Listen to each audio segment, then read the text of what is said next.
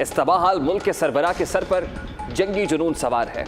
वो पूरी दुनिया को फतह करना चाहता है। जी हाँ, आप बिल्कुल दुरुस्त समझें। उस मुल्क का नाम भारत है।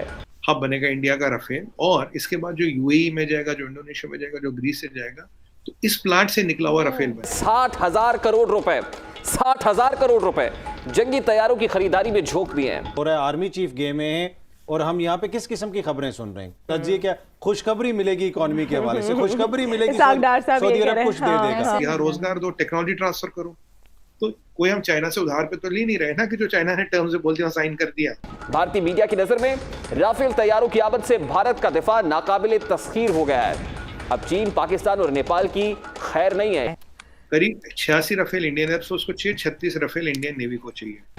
अब भारतीय मीडिया समझ रहा है कि पाकिस्तान डर गया है, लेकिन भारत शायद 1948 से आज तक पाकिस्तानी फौजी जवानों के किस्से भूल चुका है।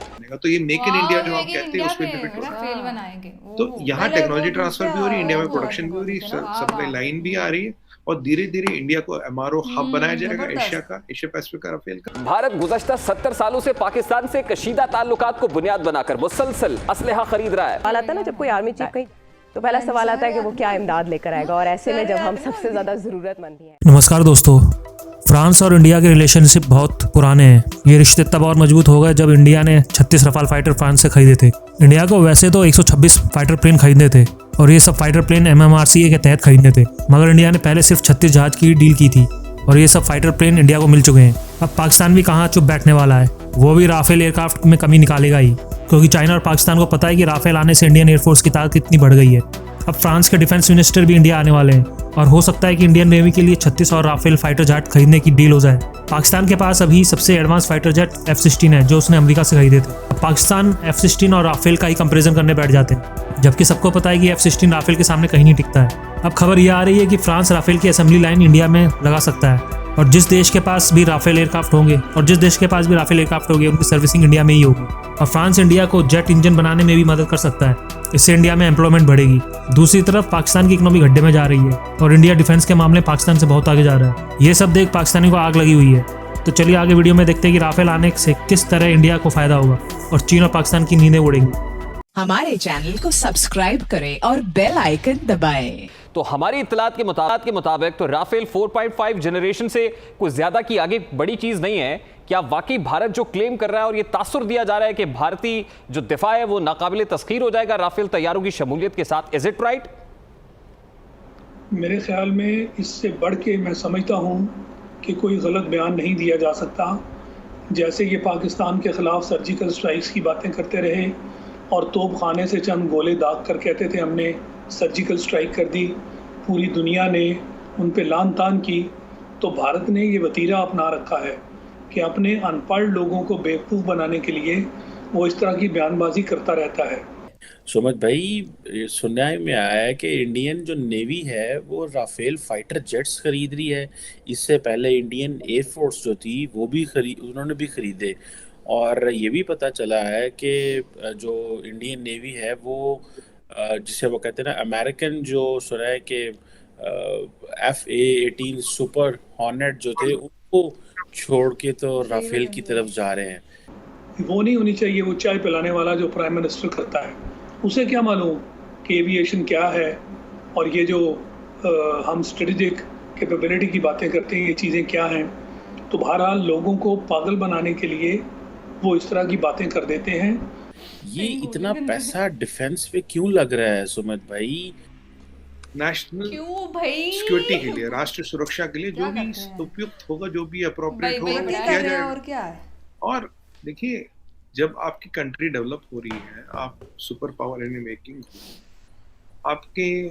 आपका आर्सेनल, आपका रखरखाव, आपका लिविंग स्टाइल, आपका ease of living, ease of business, everything has to go up, and modern technology, modern day equipments of the warfare have to come इन।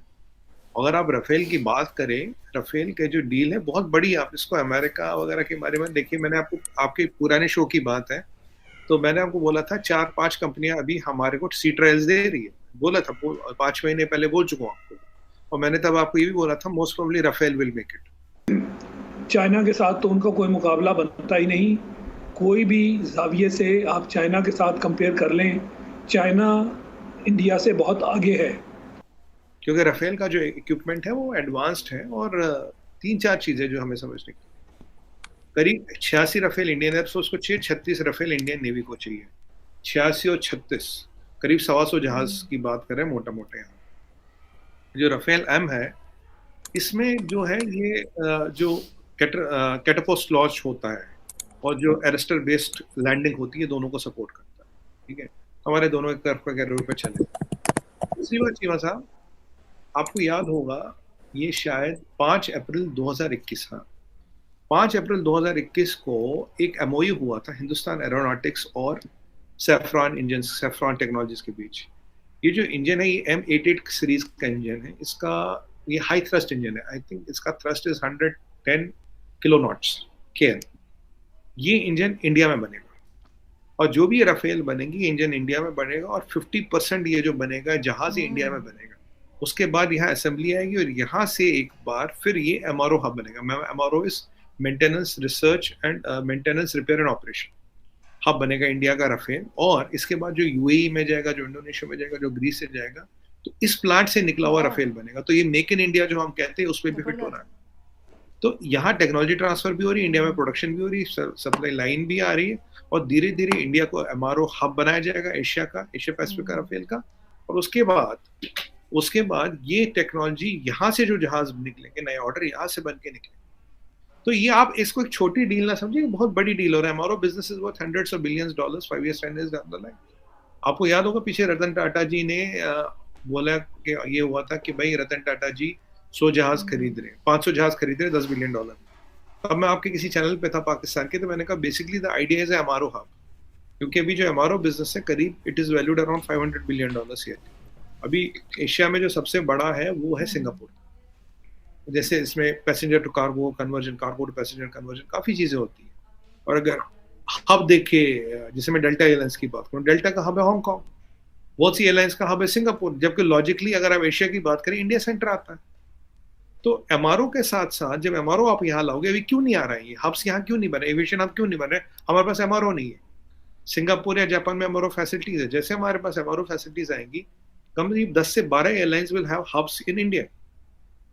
और आपको तो पता होगा India is the fastest growing aviation market. जो world over aviation markets का CAGR है करीब 11-12% है, हमारा CAGR 25% है। आपने पीछे देखो एयरबस का CEO आए थे मोदी जी से मिलने, मैंने फोटो भी ट्वीट की थी। इसीलिए आए थे, ये सबसे बड़ा मार्केट है। और हमें क्या चाहिए चीमा साहब? देखिए आपको अच्छे अच्छे शुभ समाचार सुना रहा हूँ मैं। आपको बोलता ना आपको शुभ समाचार सुनाता रहूँ। देखिए हमें क्या चाहिए? हमें चाहिए इंजन, हमें चाहिए हाई थ्रस्ट इंजन।